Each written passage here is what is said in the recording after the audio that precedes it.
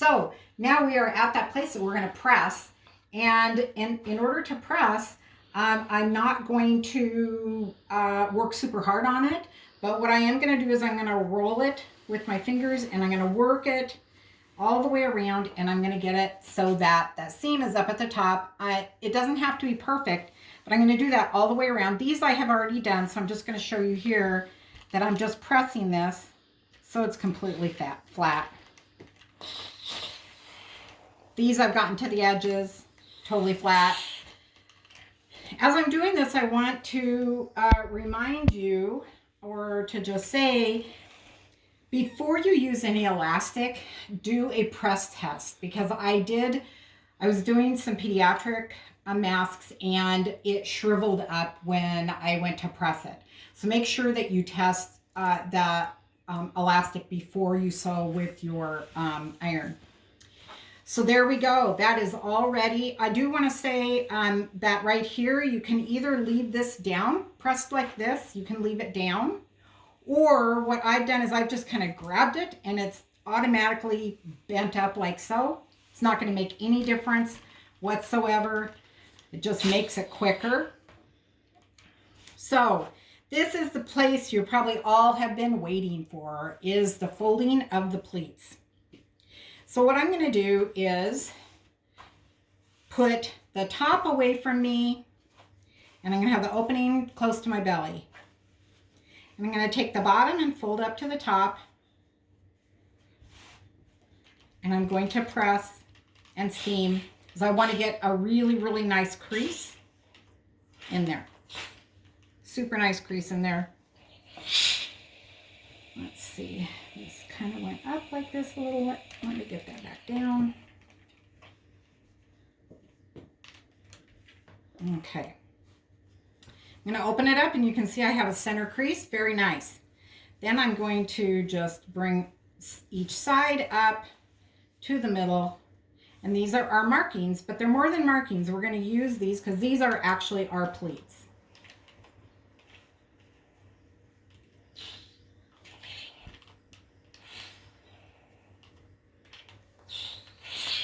There we go. Flipping it to the right side. Now I flipped it around because I want to have the top away from me and I want the opening close to me. You can see these little, I'm going to call them little mountains. I'm going to bring up 3 little mountains. Those are going to be our pleats. These are approximately 1/2 inch each.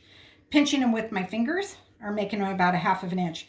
You can see that I'm using a press pad that has inches on it. This is going to end up being about 4 inches. A pediatric would be about 3 inches. So with the pleat that's closest to me, I'm going to fold that down. I'm going to fold the middle one down, bring it in. And it allows me to make some adjustments. Now you can see, I'm going to bring that down a little bit and then bring this one up a little bit. 1, 2, 3, 4. 1, 2, 3, 4. So they're 4 inches. I'm going to press the dickens out of this with steam.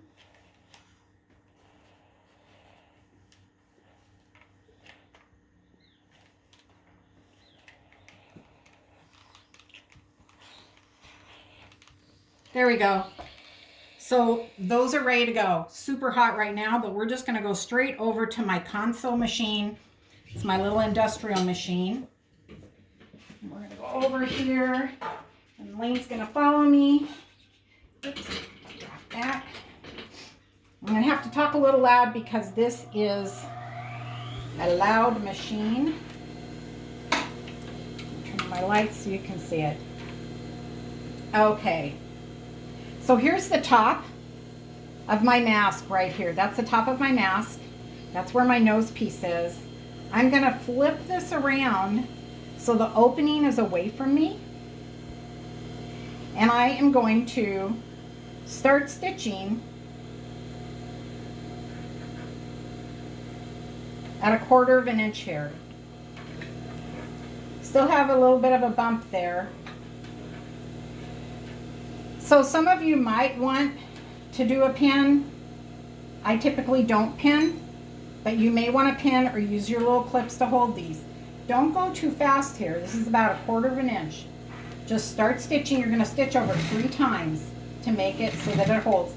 Gina has a machine that has a 3-line stitch. It's a special stitch. I do not have that on my Viking. Okay, I've come up here. Now I'm going to hold down my back stitch. I'm going to go all the way back to the end, and now I'm going to come all the way back up. I'm going to come back and a back stitch and get my needle down about a 1/2 of an inch from the edge here. So that's down. I'm going to start stitching. I can feel my nose piece right here, so I'm going to make sure that I go around it. I'm not worried that I am making a little bit bigger seam. I'm going to come up here, and right below my elastic I'm going to back stitch, and I'm going to put my needle in at about 1/4 of an inch. Then I'm going to repeat what I did over here to finish that side. I'm going to back stitch, then I'm going to come down.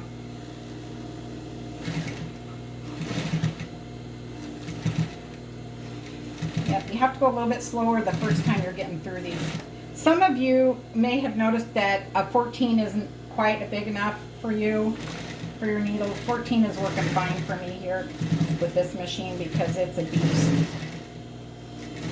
I've had this machine since 1981, and she just keeps going. So you can see I've went through. I'm going to clip my threads here on both sides. There we go.